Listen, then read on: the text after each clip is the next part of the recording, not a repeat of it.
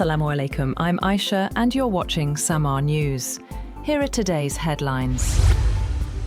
Islamabad is in the global spotlight today as crucial talks between the United States and Iran are set to begin. With world attention fixed on Pakistan, top leadership from both nations has gathered for what could be a defining diplomatic moment. The US delegation, led by Vice President JD Vance, has touched down in Islamabad. The delegation also includes Steve Witkoff and Jared Kushner. Meanwhile, the Iranian delegation has already reached Pakistan late last night.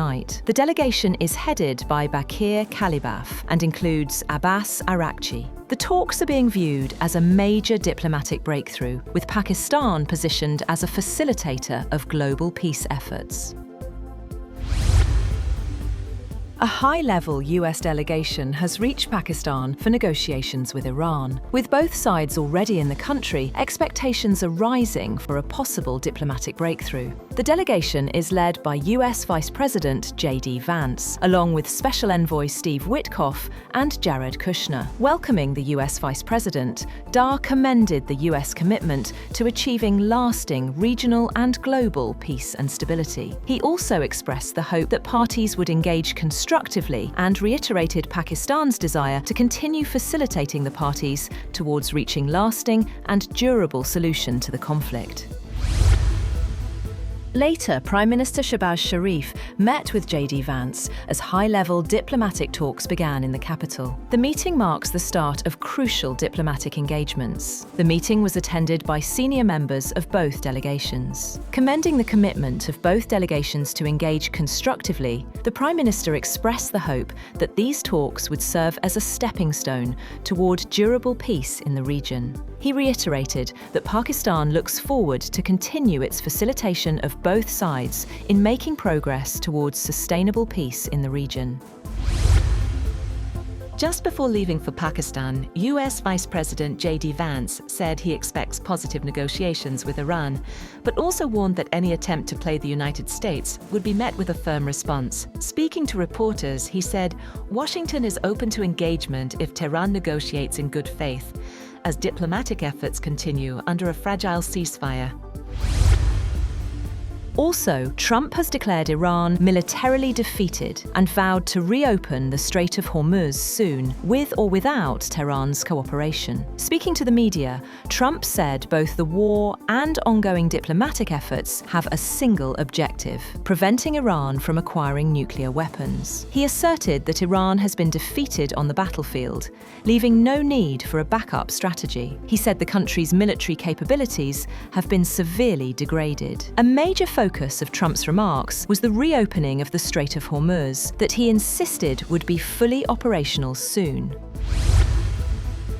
Iran's new supreme leader, Mujtaba Khamenei, is still recovering from severe facial and leg injuries suffered in the airstrike that killed his father at the beginning of the war. 3 people close to his inner circle said Khamenei's face was disfigured in the attack on the supreme leader's compound in central Tehran, and he suffered a significant injury to one or both legs. They added that the 56-year-old is nonetheless recovering from his wounds and remains mentally sharp.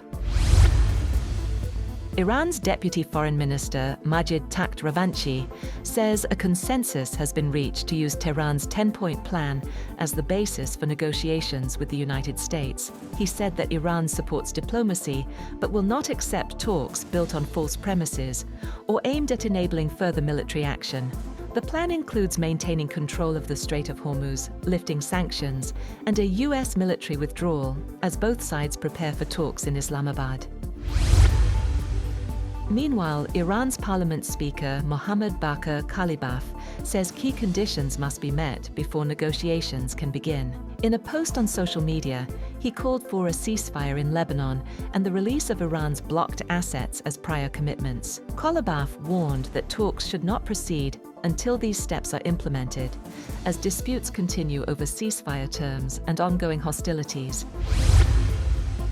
Saudi Arabia has reaffirmed its commitment to fully support Pakistan financially during challenging economic times. The assurance came during a high-level one-day visit by the Saudi Finance Minister, Mohammed bin Abdullah Al Jadaan, to Pakistan. According to the Ministry of Finance, discussions included increasing loans, extending credit lines, and enhancing oil financing facilities. Pakistan requested a $5 billion loan and an extension of the oil financing facility, with a proposal also under consideration to extend the oil facility for another 5 years. And the Artemis II capsule and its 4-member crew have streaked through Earth's atmosphere and safely splashed down in the Pacific Ocean after nearly 10 days in space, capping the first voyage by humans to the vicinity of the Moon in over half a century. NASA's gumdrop-shaped Orion capsule, dubbed Integrity, parachuted gently into calm seas off the Southern California coast, concluding a mission that 4 days prior took the astronauts 252,756 miles away from Earth, deeper into space than anyone had flown before. That's all for now. For more updates, visit www.samaa.tv. Thank you for watching Samaa News.